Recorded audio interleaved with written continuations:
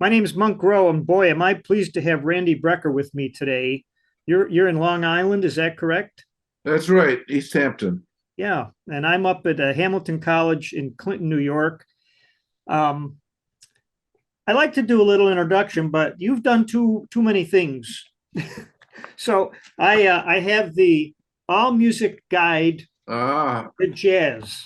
Now this is 25 years old, but here's what it says about Randy Brecker.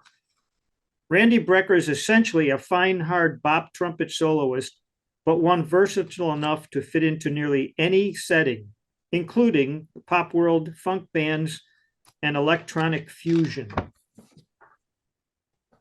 Anything you'd like to add well, to that? it's just that it's not that hard to fit into other genres as some people think. I just came up listening to a lot of different styles of music, being from Philly, which was a potpourri of of all different styles of music, musicians. It was wonderful to see that, and I grew up with that mindset and with the goal of kind of, I guess, being a freelance musician in New York, for lack of a better way to put it. Mm-hmm. The idea of hearing, so you were born in 45, maybe 1955. There's so much going on in the jazz world. Was there an aha moment for you that a person or an LP that really propelled you into the career? Well, that's a good question. Like I said, my father was a semi-professional pianist, very good songwriter, singer, knew a lot of musicians in Philly. There were jam sessions at the house, and the level was really pretty damn high. He had a great record collection. By luck, our next door neighbor was a fine tenor player, and his sister was a good jazz singer. And people would uh, come over generally with a very good trumpet player named Bobby Mojica, who had a good career in Detroit as a trumpet player. Also was a businessman, but he was a great trumpet player. Clifford Brown was alive and well in Philly during my those years actually, and he was the talk of the town always. They had a kind of home base in Philadelphia and played there quite a bit.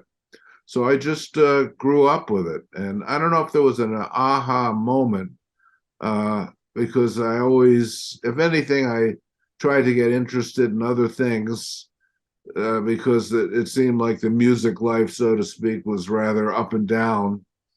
How Uh, did you know that? I mean, well, just by seeing where musicians played and being on the scene and seeing it was a rough life. Uh, Unbeknownst to me, though, going back on it, a lot of the cats, for the Philly cats, who I saw, and I don't remember the name of the place, there were Sunday afternoon jam sessions in South Philly with some of these names you might know, maybe you wouldn't. Names like Vince Montana, Buddy Savitt, tenor player. Vince was a vibist. John Bonney, alto saxophone, local cats. And I would always wonder myself, gee, they're playing here. They probably make $50. How do they make a living?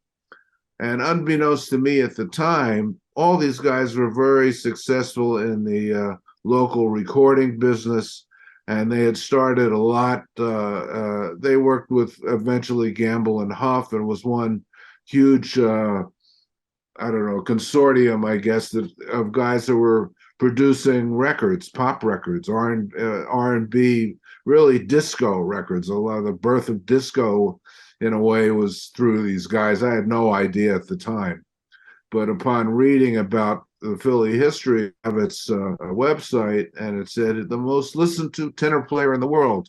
And I had just known that he had played with Woody Herman, as did John Bonney, and was a great player in that style, and the Lester Youngish, little more modern style. But here they were on all these rock and roll records. I didn't know that till way later. can And I go it was back really because interesting.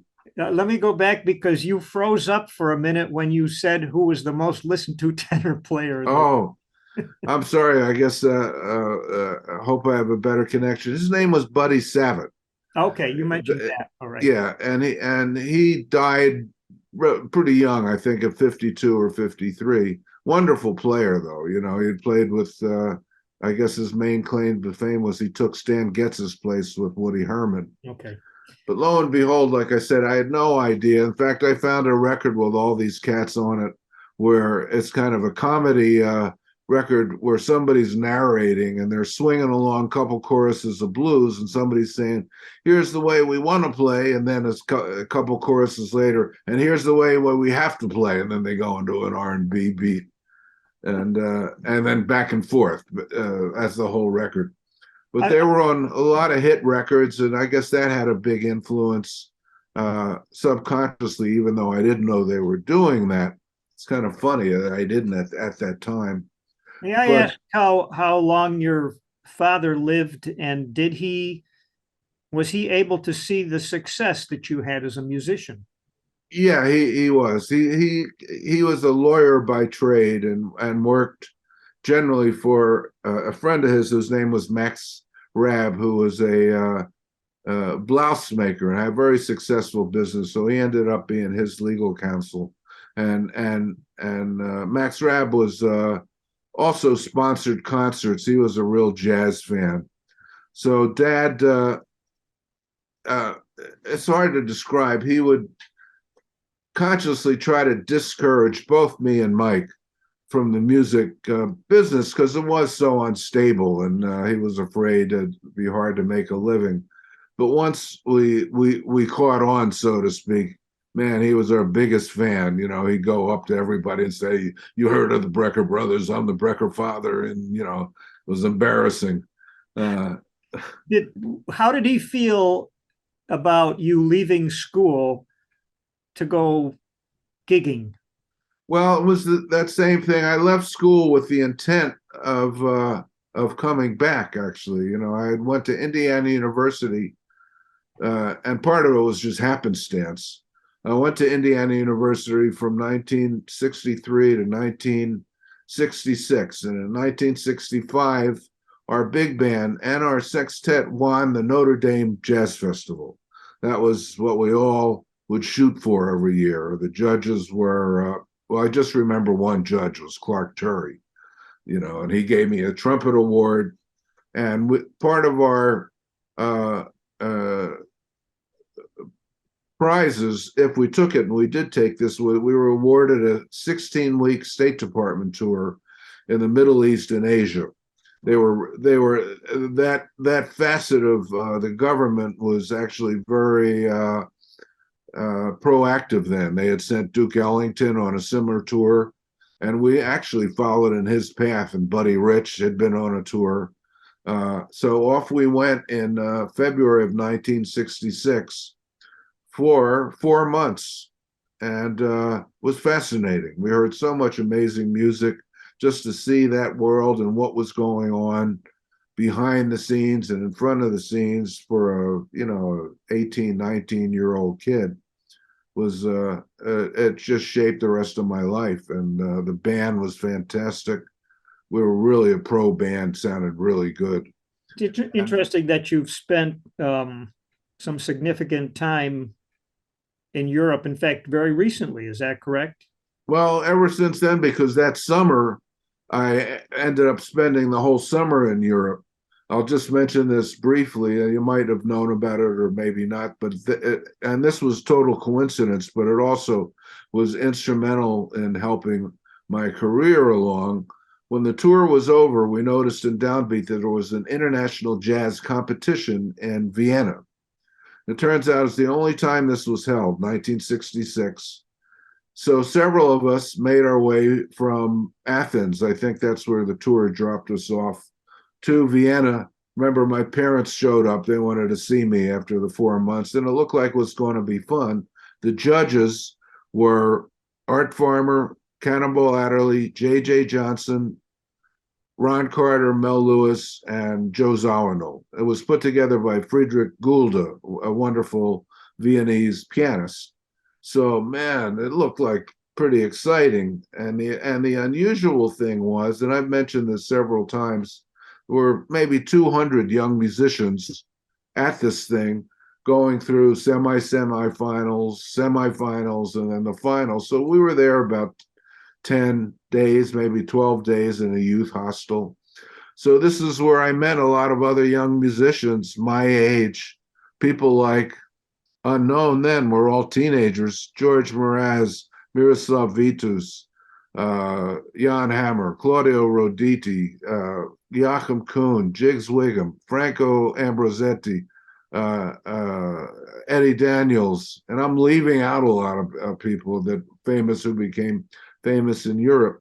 So this was really instrumental in all our development. We got to play together a lot and meet the judges, pal around. And when I moved to New York, I didn't quite finish, but I went to NYU for a semester, and then I kind of got enveloped into the work scene. There was a lot of work back then, and I had met Mel, and Mel asked me to join his big band, and Ron was calling me for gigs. So it couldn't have been a better scenario. Miroslav and Mraz came to town, and shortly thereafter, as did Jan. We played together. So it's kind of like It's kind of like a fairy tale, if you ask me. yeah. You have to pinch myself looking back. I'm sure we all felt the same way. It was just perfect timing for that. And lo and behold, that was the only time. Now there are other festivals in Europe, particularly there's one in Israel, but that was the only time they did that in Vienna. It was just perfect for all of us. So I was at Fredonia in late 60s, early 70s, and we wore out the Blood, Sweat, and Tear records. And I'm curious, was it a hard decision to leave that band after the first record, even though you went with Horace Silver? Is that correct? That's correct. Yeah. Can you remember your thinking at the time? Well, my thinking was, and I remember this really clearly, that I needed to play more. And Blood, Sweat, and Tears, I also learned a lot from, particularly from doing the first record. Child is Father to the Man was produced by John Simon, who was a very bright young guy who had produced Bob Dylan, had a lot of success in production, and really knew how to do those kind of records, studio technique, double tracking the horns. If you wanted you to sing a tune, I had never seen this. He had Steve Katz sing somehow, just doing things like that really worked with tune. He double tracked himself singing in the background. That he had all these tricks that I didn't take notes, but I was watching him very carefully because, in my head, well, maybe someday I'll be doing a record like this. So I learned an amazing amount about how to build a rock record as you have it from the bottom up, and just the techniques. Yeah. But at the time, and they were great arrangements, Freddie Lipsius arrangements. The band was great. I learned so much about the business just by seeing how many thousands and thousands of kids, loved rock and roll music, pop music. I lived a little insular life, I suppose, in jazz in New York, where you had to, pull people into the clubs making $5 or $10 a night, sometimes with Duke Pearson Big Band or Clark Terry's band. That's about how much those gigs would pay at the half note. And it was a shock. Go out to California, and next thing I know, I'm playing for thousands of young people that kind of had my background, so to speak. So it was a difficult decision, but when Horace called, I really wanted to play. I only got to play one solo a night. It was mostly reading horn parts. And I thought I had gotten enough out of it. And they were going to add a lead singer named David Clayton Thomas. They begged me to stay. They liked what I did, but I said, Al Cooper, we had a band meeting, and he didn't like the idea of adding another singer, so he quit. And at the same time, I announced that I was going to join Horace Silver My last words to them were, I don't think you guys will ever make it without Al Cooper. And the tough part, and I'll say this honestly, was after the record came out, their second record, and it sold 11 million copies. It was number one for a year, won the Grammy of the Year award. Their salaries went up like 5,000%. I mean, I had to talk my friend Lou Soloff. It was funny. The day before I left, I was doing a Joe Henderson big band rehearsal, and Louis was next to me, and I explained the situation. I said, "Listen, man, I need somebody to cover me, or just take the gig. I'm leaving, blood, sweat, and tears, and it pays like $100 a week, whether you work or don't. It's a salary." And he didn't really want to do it. In fact, they had asked him previously, but by the end of the rehearsal, I talked, look, they're going to go in the studio. I just had him talked into doing it. So begrudgingly, he took the gig. 2 months later, their salaries went up to like 5,000 a week. I'm making 250 a week with Horace. You know, you're pushing a button with me because I was in a group that was fairly successful locally, you know, doing gigs. And as a producer wanted us to get a lead singer who just stood there and sang, you know, I mean, like a lead singer. Yeah. And we just resisted the heck out of it. And the difference in the story was our salary never went up 5,000%. Yeah, it was a funny time, and Lou and I would take trumpet lessons. Had been doing that for a while with Edward Troidel in New Jersey. We'd take a bus to his house. Then Louis started picking me up in a limo, you know, cackling all the time. And like I said, I was making 250 a week, and Horace had left out of the deal that he took taxes out. I'll never forget these figures. So it was really 147.50 a week, and I had to pay my hotel out of that. So But we didn't make. How much older? Can you recall how much older was Horace Silver than you at the time? Well, he was in his. I was 20. Let me see. How old was I? 21 or so. 20, and he was in his 40. He was probably about 20 years. Yeah. But you know, it was a fantastic band. Billy Cobham, fresh out of the Army, on drums. John B. Williams, who was a student of Ron Carter's then, but he was a great bass player, still very active, and the great Benny Maupin on tenor saxophone. So I couldn't have asked for more in a band, and I really developed quickly in that kind of circumstance on the other side of the coin. Did it help your compositional approach to playing that band? I think it did, because Horace had a way of turning his life experience, particularly his travel experience, into music. So you might get a tune called Tokyo Blues that has some kind of harmonic influence, or women that he had met along the way, or things that happened to him. Song for My Father, you know, written for his father. He had a way of interpreting his life's experience into music, and he also was very influential to me in that he, as a hobby, well, it wasn't really a hobby because he started utilizing lyrics to his tunes. So in his spare time on the buses or on the vans, he was writing lyrics that he utilized. So I took that to heart too and started writing lyrics. He also was he knew what he wanted from a soloist on certain tunes, and he was very active in coaching us on a certain tune where he just wanted a funky solo, not many notes. On other tunes, we could play what we wanted, but on specific tunes, he'd get mad if we played too long or we played too many notes. I remember there's a record we did with my brother called Prescription for the Blues, which was yes, I have that. And I don't remember the name of the tune, but he gave us the lecture before we started about, I don't want to hear too many notes. I don't want to hear 16th notes. You know, keep your solos short. And Mike was playing away on one tune, Burning, with Louis Hayes on drums, Ron Carter on bass, and Horace stopped the take and made us start over. Too many notes, I told you, I want 16th notes. So so he was That's but hands-on, yeah. yeah, he was hands-on in that department. Other guys, Art Blakey never said a word, but he knew what he wanted from tune to tune. And there were tunes, like I said, that were specifically open. We could do whatever we wanted.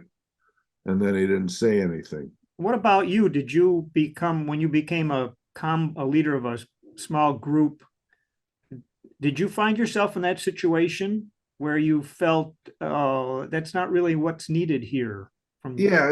I maybe wasn't as hands-on as was Horace, but I would guys would get the idea not to play. So I'd say that, if let's do this tune, let's do it short. We'll stick it in here, we'll stick it in there. I was pretty good at forming set lists, and Horace, I have to say, was really a big influence on when I started leading bands. Probably a bigger influence than just about anybody else, just to rein in certain things so that tunes didn't go on too long. I remember when there was a jam session, Benny was playing, and Horace was sitting next to me, and he whispered in my ear, "See, Benny's tenor solo is getting long. He's starting to repeat himself." I never forgot that too. So that still sticks with me. with all the wonderful tenor players you've played with and continue to play with, is it a challenge for a trumpet player, the very nature of the instruments and how different they are, that you feel compelled to try to keep up with the tenor player, like especially when you're following their solo? Or does it work the opposite? Like they're playing like this, I'm going to play like this. Well, it's developed as I've matured into more of your that I'm going to play like this, because they can play a lot longer without getting tired, and just play a lot of notes easier than a trumpet player can. But imagine, trying to follow Michael Brecker. That was always, other musicians would talk about that, how that was the worst seat in jazz, to be the one to follow Michael Brecker solo. But I just got used to it. I had to play what I wanted to play, and play a trumpet as a different instrument. Yeah. Even though, I remember whenever we had our own dressing room, each warming up, there'd be like 20 guys outside Mike's dressing rooms with tape recorders, because Mike always warmed up playing as fast as possible. And I would do my long tones. There was nobody outside my room, but and as a matter of fact, sometimes I do that now. I warm up. I always warm up doing some kind of long tones still, maybe not for as long as I used to, but there's certain days when my chops feel okay. Well, he'd just like to warm up his fingers first, and that kind of works on trumpet. So every once in a while, I'll just do that, play a fast tune to start out with. I don't know, I Or can kind of picture the band having a band meeting and saying, listen, we all want Michael to solo last from now on. yeah, well, that was discussed quite a bit, not only in our band, but I remember the Clinton inauguration where he had 10 saxophonists play, and you can see it. It's on YouTube. Of course, Mike was last. I'm sure they had a conversation about that. Sort of back to the aha moment question. I think you've actually answered it, but the creation of the Brecker Brothers and in that intensity, was there a recording or a person that sort of inspired that made you head in that direction? Well, during those times, that was kind of the stop bashing, jam sessions, a lot of free music. Coltrane was everyone's idol, and high intensity and playing was the hors d'oeuvre, so to speak, of the day.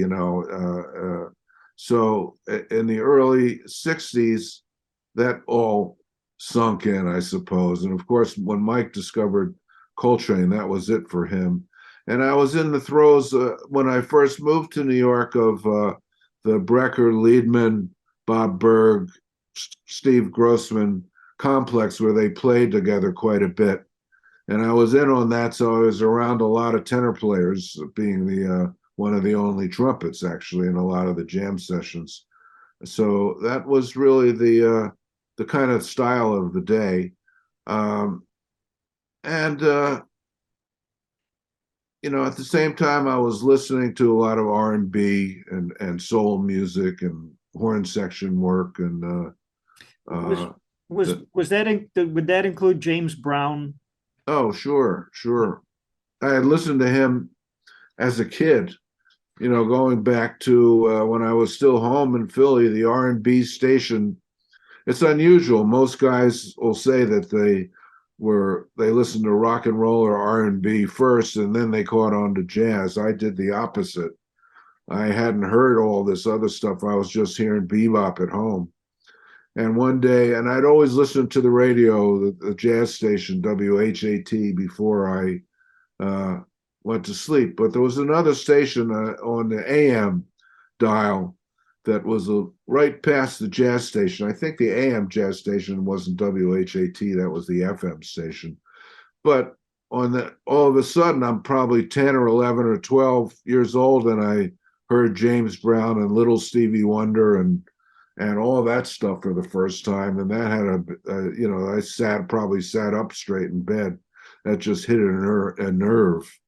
Uh-huh. Uh, and and like I mentioned, there was a lot of that style of music around in Philly with or the organ or that kind of influence stuff, organ trios, soul jazz, and all the records that came out of Philly. You know, they were kind of like Motown. It was the label that I started talking about was Cameo Parkway. Mhm. With all the, and they were all founded, it was founded by jazz musicians. A guy named I don't remember, Dave Apple was one of the guys who had written charts, I think, for Jimmy Lunsford. And all these guys I mentioned before. And it was similar to Motown. They'd invent dances. You know, it wasn't just coincidence. There were so many dances coming out of Philly, the mashed potato and the twist and the bunny hop, you know, whatever. So it was, well, in a way, looking back on it, it was kind of amazing. So there was just a big influence. But by the time I got to New York, that was just the style to burn. You know, come on, man, we're going to bash. And then things kind of, as we aged, I think now everyone knows how to hold back a little. So you're probably familiar with the downbeat blindfold tests. Yeah. Yeah, so I'm going to play a tune for you if you don't mind. Okay. That was slick stuff.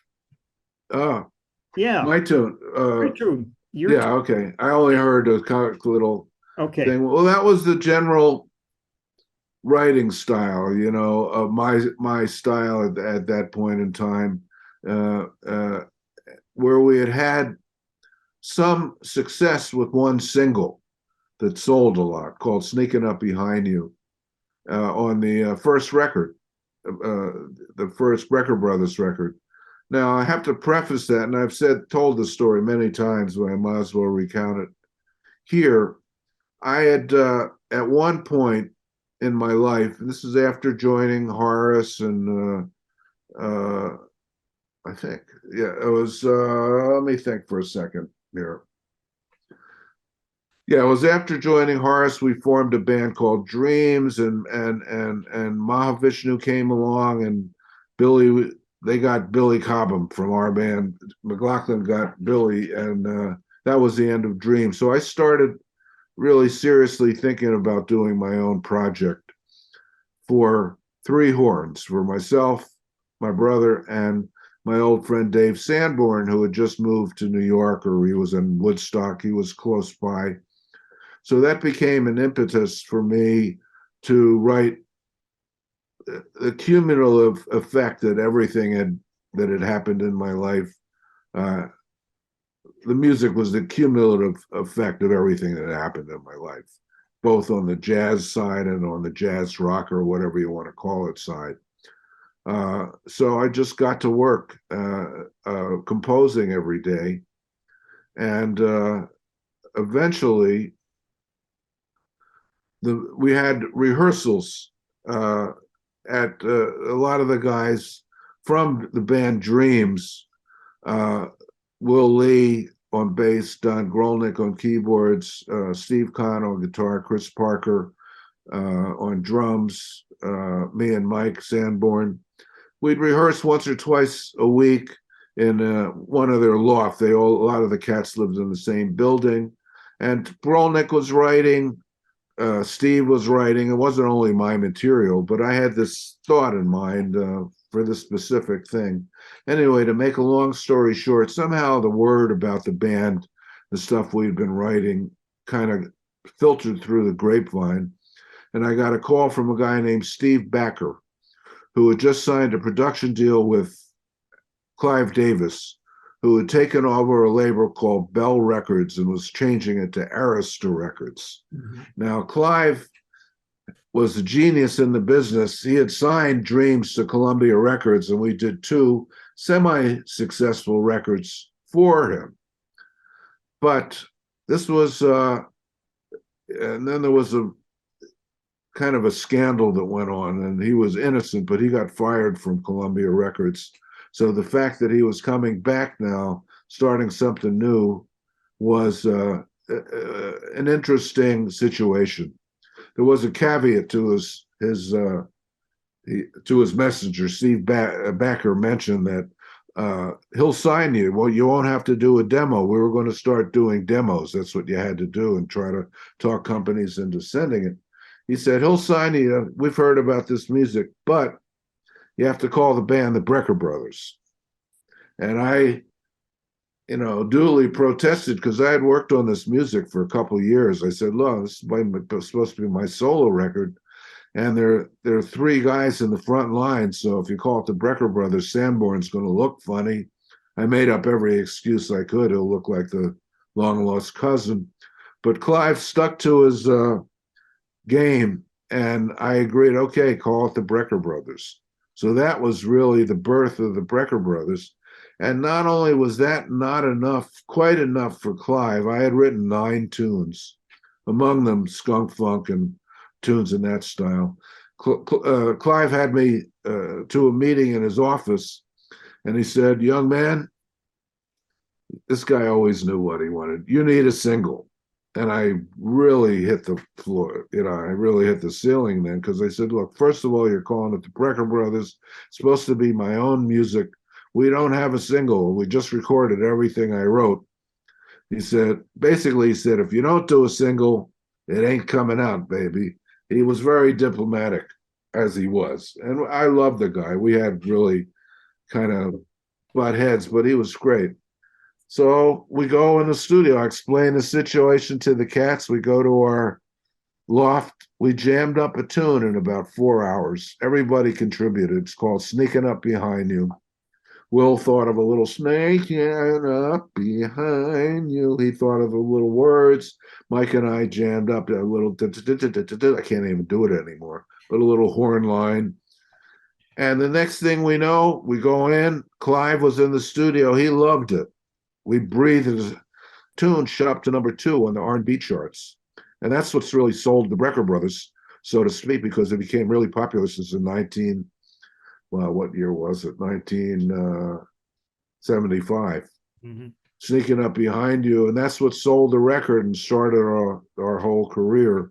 And we spent the last, I have to say, it's not great to say, but we, in a way, spent the next 5 or 6 records trying to recreate another hit, just to have one more, because we saw what it did for us. Next thing I know, we're headlining, or we're opening the show for Chaka Khan or at Parliament Funkadelic. It led to amazing things. I want to ask you, you mentioned when you were trying to articulate that thing, you said, gee, I can't even do this anymore. I wondered if at the time, it's a 2-part question. First of all, the the rhythms of the melodies and the whole band, did you have to spend a lot of time figuring out how to notate those things? Was it a chore? Like the, Well, you it know, was a yeah. like, Well, it was a craft. That's the way I looked at it. And once again, it came from an interview I saw when I was starting to do this. Truman Capote was interviewed, the great writer, on one of the talk shows, and he was. I'm always interested in other artists'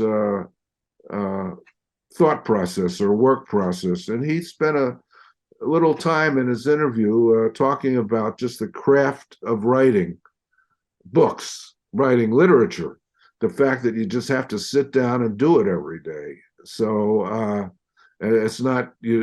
He didn't wait for inspiration, and I think Hemingway was similar. He would write. Most writers sit down and do it every day. So I took that to mind, and I just spent time sitting at a keyboard or various keyboards. And to answer your question, yes, writing every note down, trying to figure out the rhythms correctly. I had score paper like everyone. This was way before all the electronics, pencil and paper and score paper. And I'd have to figure out all the rhythms and voice everything and spend time. Sometimes I came up with nothing, but the whole thing was that I did spend hour or two or three every day just sitting there writing stuff, transferring it to cassette tapes. I had the idea of bouncing. I didn't have a 4-track yet, of ping ponging. So I'd record on one cassette player, then record over it on another one. I'd lose a lot of the whatever the word is. yeah, you're not the only one. Yeah, so that's how. And eventually, by doing that for months at a time, over a year, I ended up with the 9 tunes written relatively correctly. I had my own kind of harmonic ear thing because there were still blanks in my music education that I eventually kind of filled up some holes. But that's part of the charm of some of that music.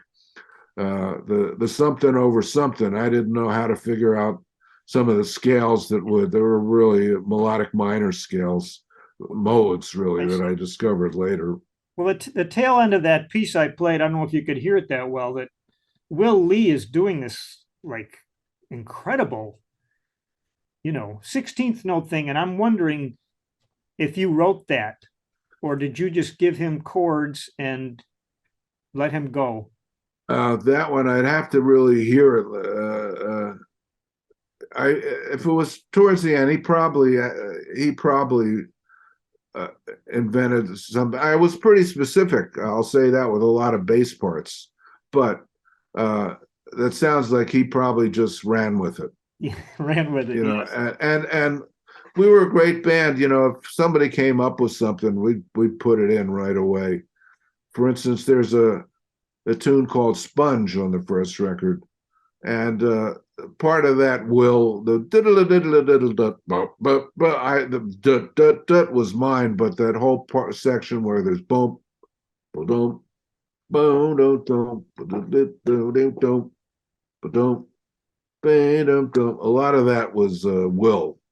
Yeah. Thinking maybe I thought of the changes, but the ba-dum, that was probably Will's. We were very close. It was really a band of brothers, and it got to the point, which was part of the point of the second record, which was called Brecker Brothers Band, where it wasn't just my writing. I tried to, because, these guys were first call guys, and they all had ideas. So we really tried to make it more of a band, and it made it a lot easier on me, too, so I didn't have to come up with all the music. With everybody being a first call musician on their axes, is that partly why bands break up? Well, we never had that problem, but from what I understand, if there's big money involved, I think that's why bands somehow break up. From what I've heard from other sources and scenes, although I've never really been through that myself. But you hear, once again, stories through the grapevine that money can easily get in the way and people think they're being cheated and they're not getting paid as much as the next guy. But if they're great players, everyone wants to have his say musically. I think that's a big part of it. And then there's certain bands that know, if they did break up full time, like the Rolling Stones, that they'd probably never get to the point where they had gotten. And they've all done solo records, and both Mike and I did solo records too. I would say his were far more successful than mine, but never. When we got together, that was always a more special thing. We could never overcome the Brecker Brothers, either name or just the image. No matter what we did as alone. Great, thank you. We don't have to spend a lot of time on this, but can you describe what a typical studio session entailed? How do you get the phone call? How much do you know before you get there, and that kind of thing? Well, that's a tough question to answer because everyone was so different. But how do you get the call? It was a lot less dramatic than you think. Although, let me insert this story because it's a good one. We were just talking about this record the other night. Mike and I played on a Frank Sinatra record called LA is My Lady, a whole LP with Quincy Jones. Came pretty well known. There's a short film out. I haven't seen it in a long time. And Michael Jackson was planned to show up, and they filmed the whole thing.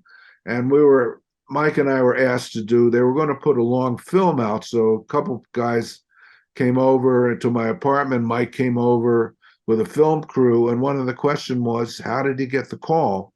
And Mike made up a scenario. Well, we had gotten a call from, what was that club? I can't think of Frank's guy in New York, Julie. I can't think of his name right now, but he had a club under his name. We went over to the club, and Frank was there, and he said, "Come on, guys, take a ride with me in the limo around Central Park. I have a new project I want to tell you about." And Mike went into a whole thing. It was all bullshit, because the real way we got called was there was an answering service. We called our answering machine. It was called Radio Registry. You might have heard of it. And that's how 95% of the dates were booked. It was so busy, you'd get a call. "Hello, this is Radio Registry. You available 10 to 5? 10 to 1, usually 2 to 5. Tomorrow it's for so-and-so," or they might mention the artist or the producer, plus an hour overtime. If it was a commercial, 10 to 11 with a possible 20, it's for Coca-Cola. And you go, "Oh, Coca-Cola, yeah." You never knew. But that's how it worked. It wasn't anywhere near as dramatic as probably people think. Every once in a while, there were a couple other contractors that would call. Sephora Herman, she would call personally sometimes. But that's how we got the call from Frank. How long do they wait before you call back, before they go, "All right, we got to move on down the line to the next person"? Well, they would wait, but you were trained. You would check your answering machine, or when they had those things you wore on your belt to buzz when they would call. Right. So you would make sure you'd call them every 3 or 4 hours when we were busy.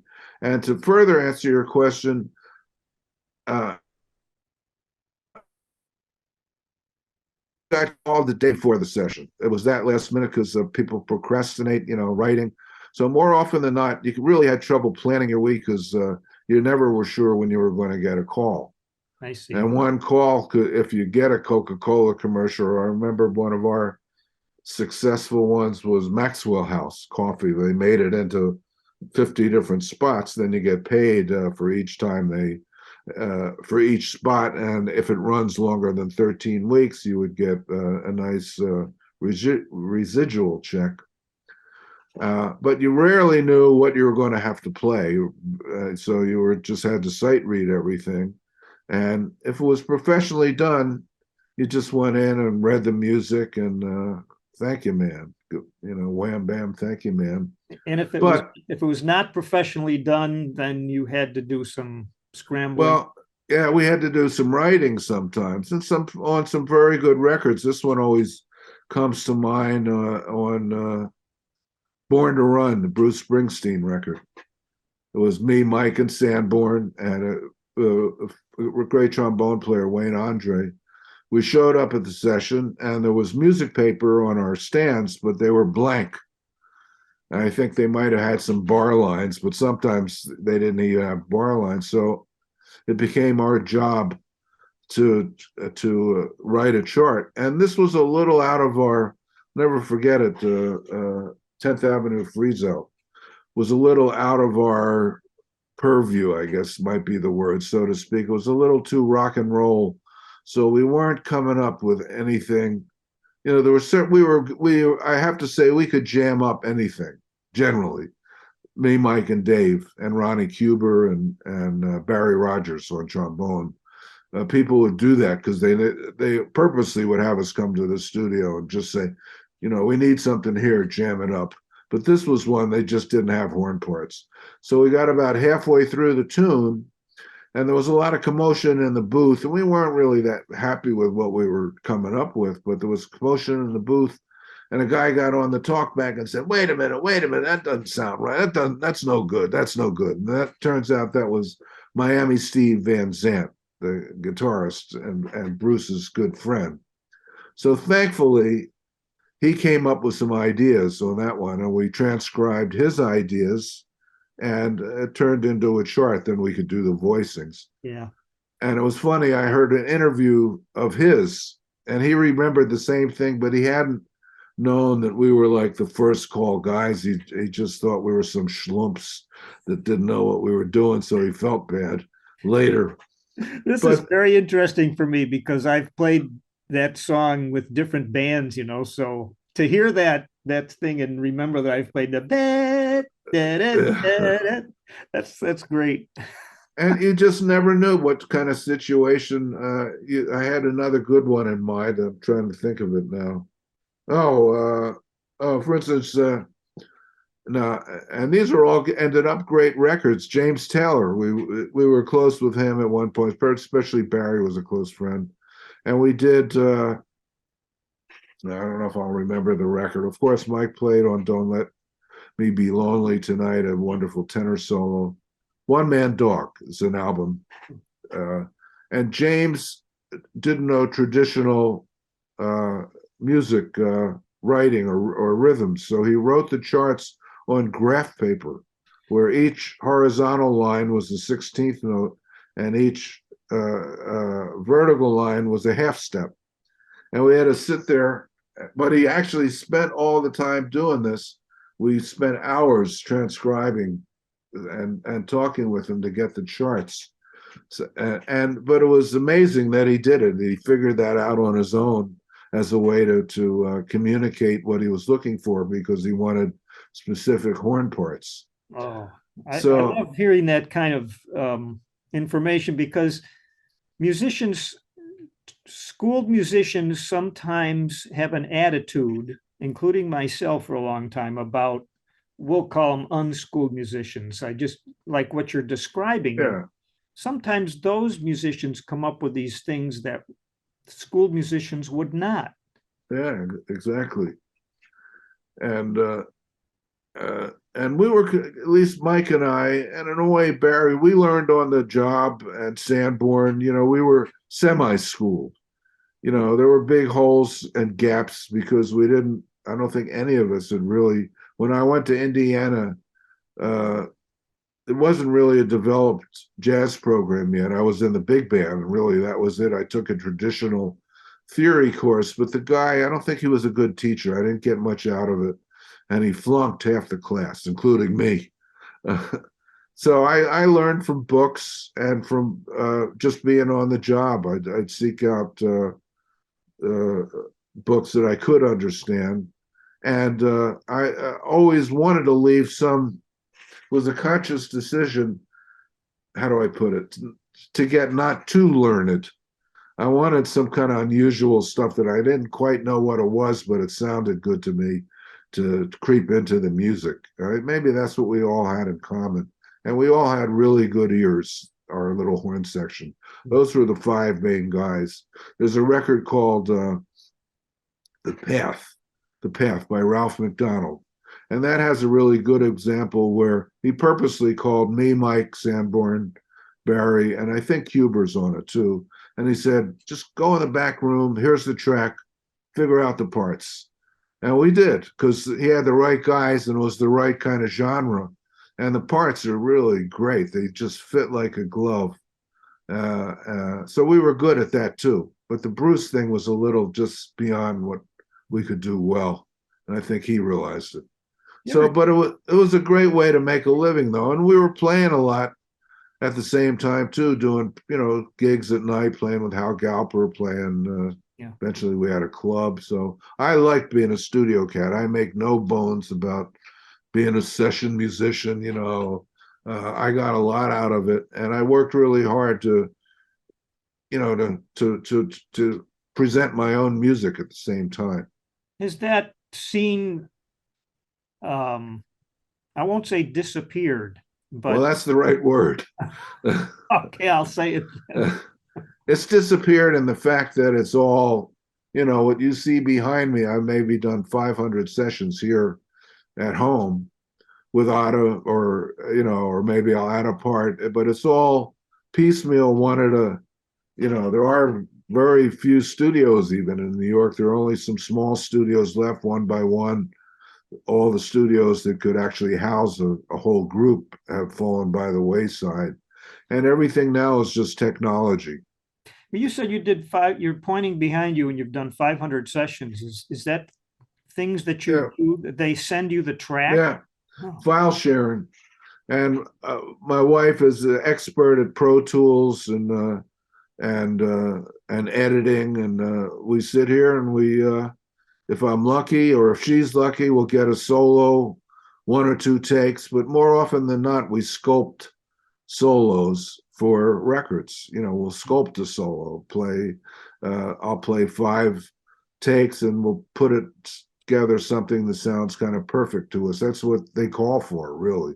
And that's what scope means? The term scope, did you say sculpt? I said like sculpture. We sculpted. Okay. We sculpt a solo from maybe 5 different takes. It has to sit right in the track, or maybe I hold a note too long, so we shorten the note all electronically, or the pitch is a little out, so we'll change. I mean, it's not optimal by any stretch of the imagination. And I miss those days when we're all in the studio, at least the horn sections. It was a lot of overdubbing. Then even you rarely were in even during the busy days. Well, in the first few years you were. When I first started doing studio work, they would actually have sessions with everyone in there at the same time. But then 4 tracks led to 8 tracks, and then it was better. It was more optimal just to have the rhythm section, call the horns, call the strings later. And, there's doesn't seem like there's the adage of we can do this, but should we? Yeah. Do you ever get mysterious residuals in the mail? Well, I did, and occasionally I do. It's hard to tell what it is unless they mark it.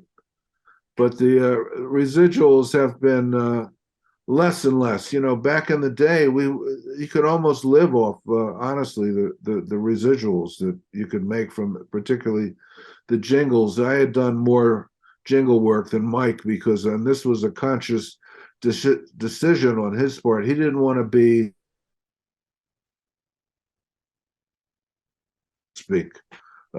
he wanted to concentrate on the tenor saxophone. He even didn't want to play, after a while, soprano. He had one and he played it occasionally, and he was a good flute player.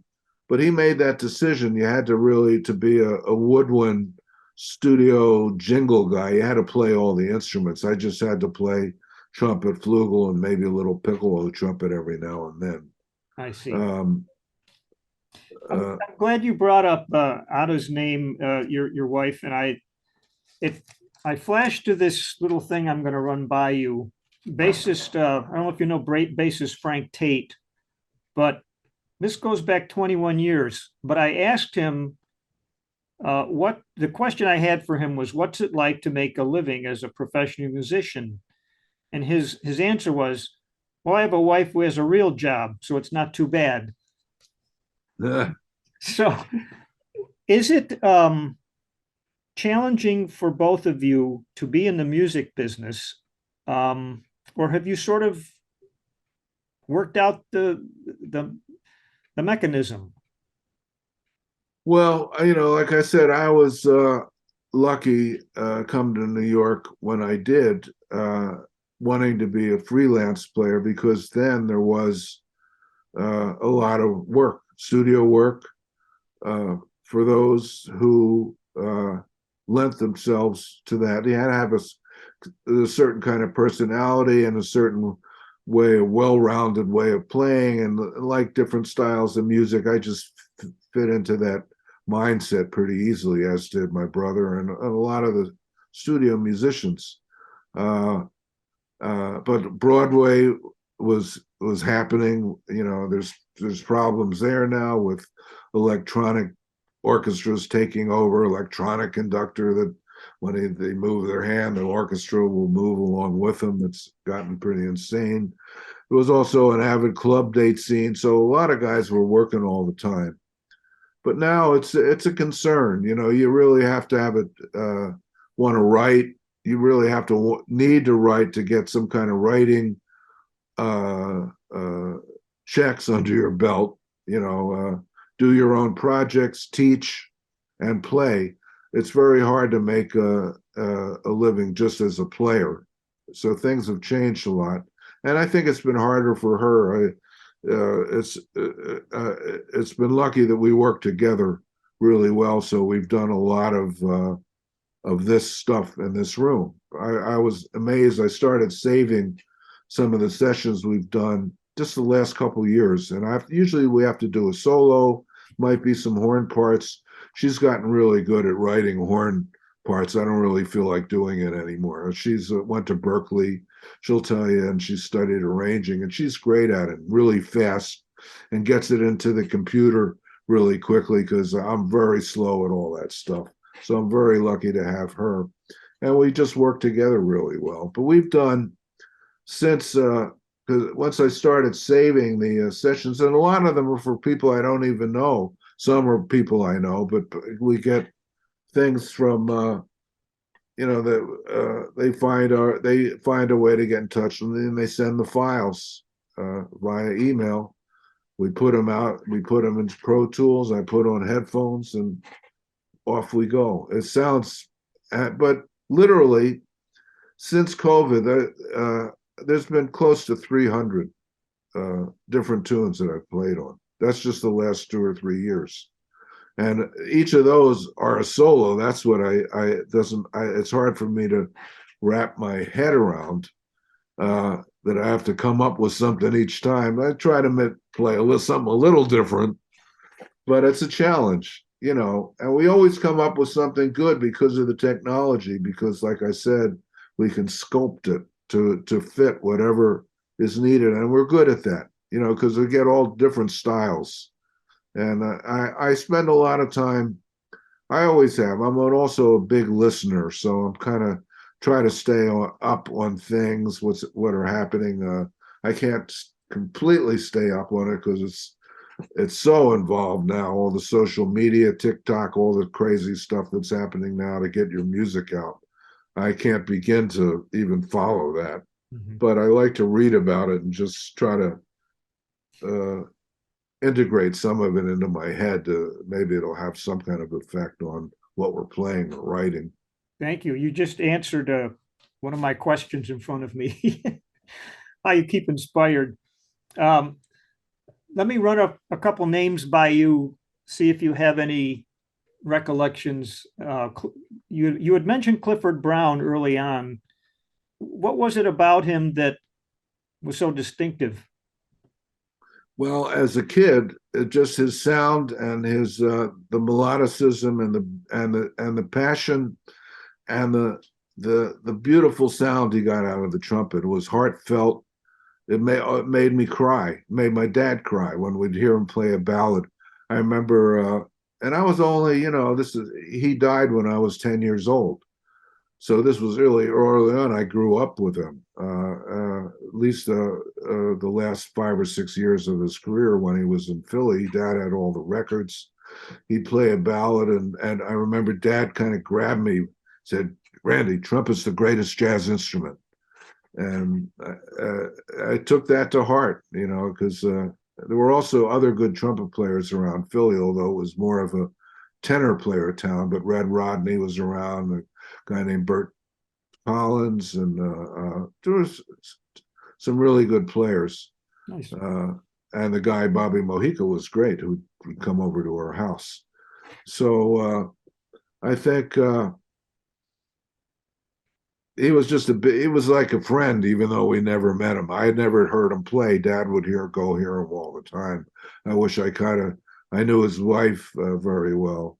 After he passed away, she was around on the scene quite a bit. But what a sound. I don't think there's certain things he did that have never been surpassed. Just the melodicism, the beauty of everything he played. Yeah. The Clifford Brown with strings, when he enters in that first cut, it's like, whoa. Yeah, it just brings tears to your eyes, and it's all in the sound. And he was like that as a man, from what I read. And a lot of the cats had substance abuse problems. He grew up among other musicians who were all geniuses, but had personal problems. He was a straight liver. He just went his own way and just had terrible luck in his in life with his automobile accidents. There was one earlier one where he had almost died. Oh, well, this is not maybe an obvious choice, but what about Nat Adderley?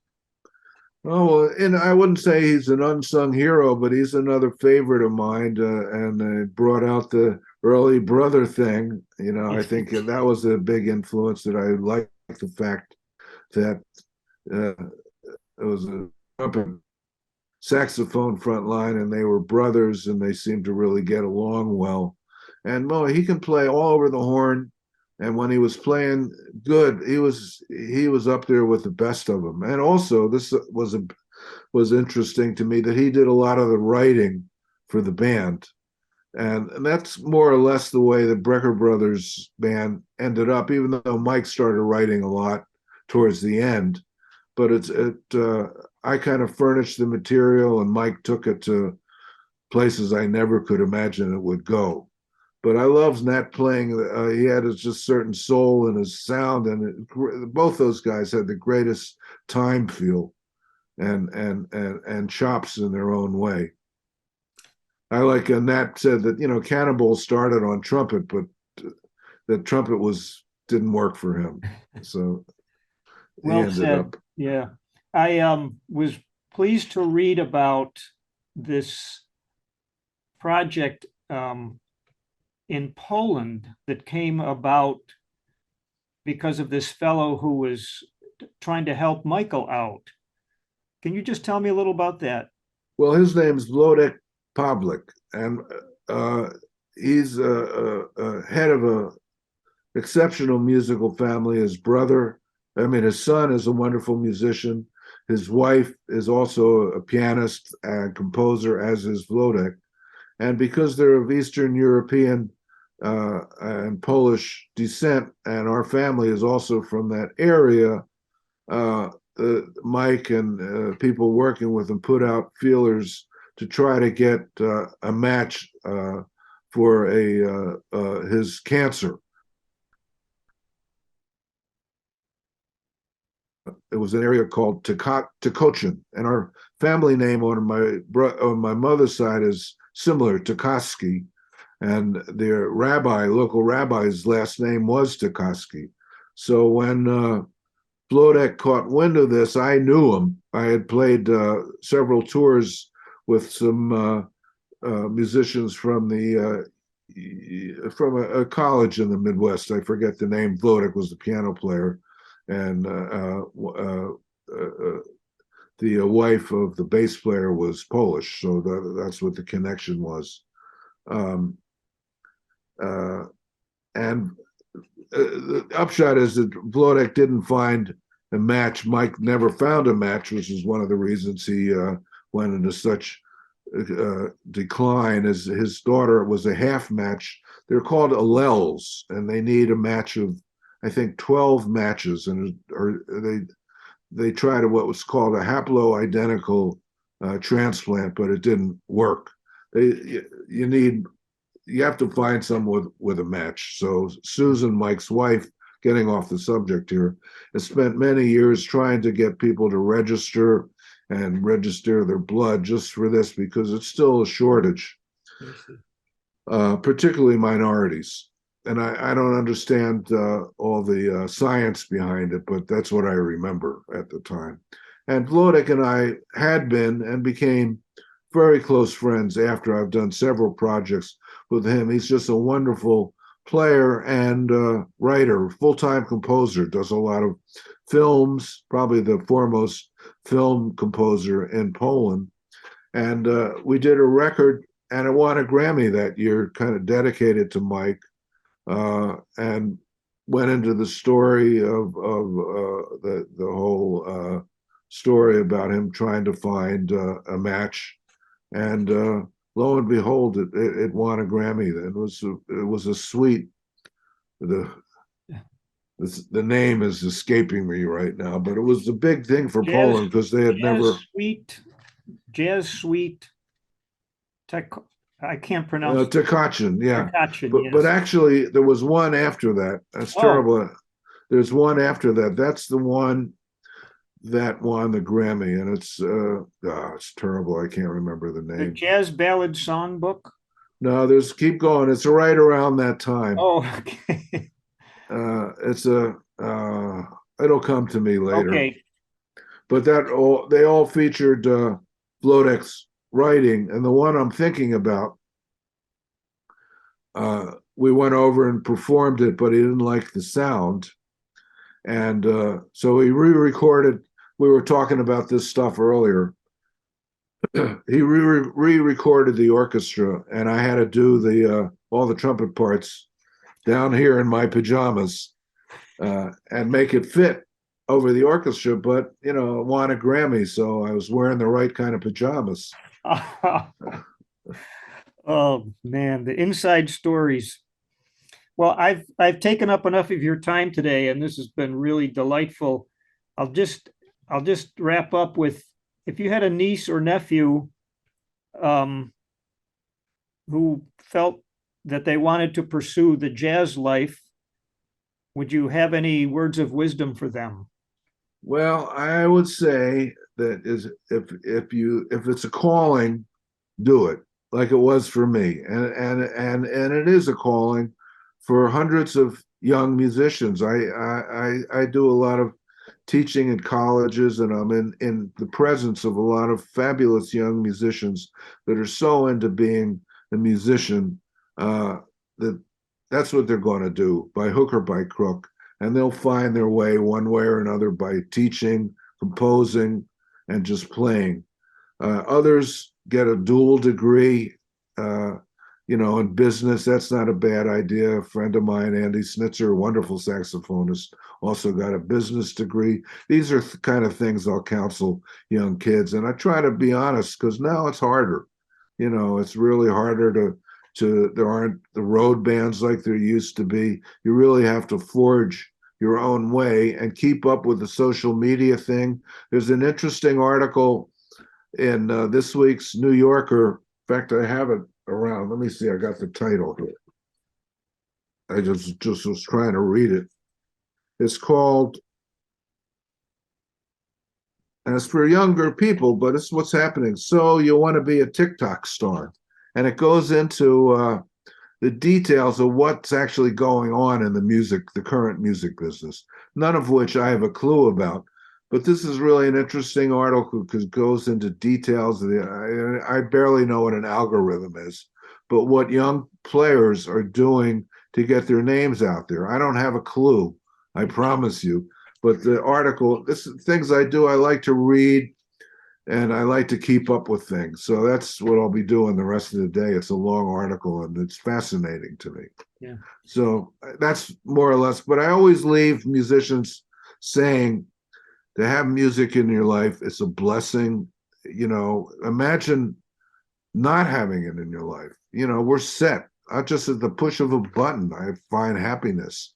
You know, so just even if you're not going to do it as a professional, I urge young people, not only musicians, just to get a handle on the technique behind it. You don't have to be an expert. You don't even have to play, but just learn what to listen for. Learn how to follow a tune in bebop. It accesses a part of your brain, I think, that nothing else does. So I always try to leave with a positive image because, man, I couldn't live without music. It's as simple as that. Thank you for that. You're very quotable, Randy. Well, great. I'm going to pause this, and I appreciate it. Congratulations on your career and that those Grammys behind you. Thank you. You know, a lot of trumpet players that I talk to, not just now, but for many years, they want to be like Randy. Well, I don't know about that. I got my own insecurities like everybody Okay. else. You should know that too. Right. But that's what's part of it. You know, I still feel like I'm starting out. I still feel like I'm trying to learn the trumpet. You know, I'm just like everyone else, believe me. All right. Well, thanks a lot for your time today. Thank you, Monk. It's really been interesting talking to you, and thank for you for all the other videos. I tried to stop watching them because I was playing last weekend, and I started thinking too much because I was thinking what Hal was saying, or I think what Jerry Bergonzi was saying while I'm trying to improvise. I say, stop, I can't, you know. So I'm not going to watch any of your videos for Okay. a minute here, but there's a lot of really great stuff on there. I really learned so much. Thank you. Thank you. Okay. See you on the flip side. Okay, you got it. Thanks again.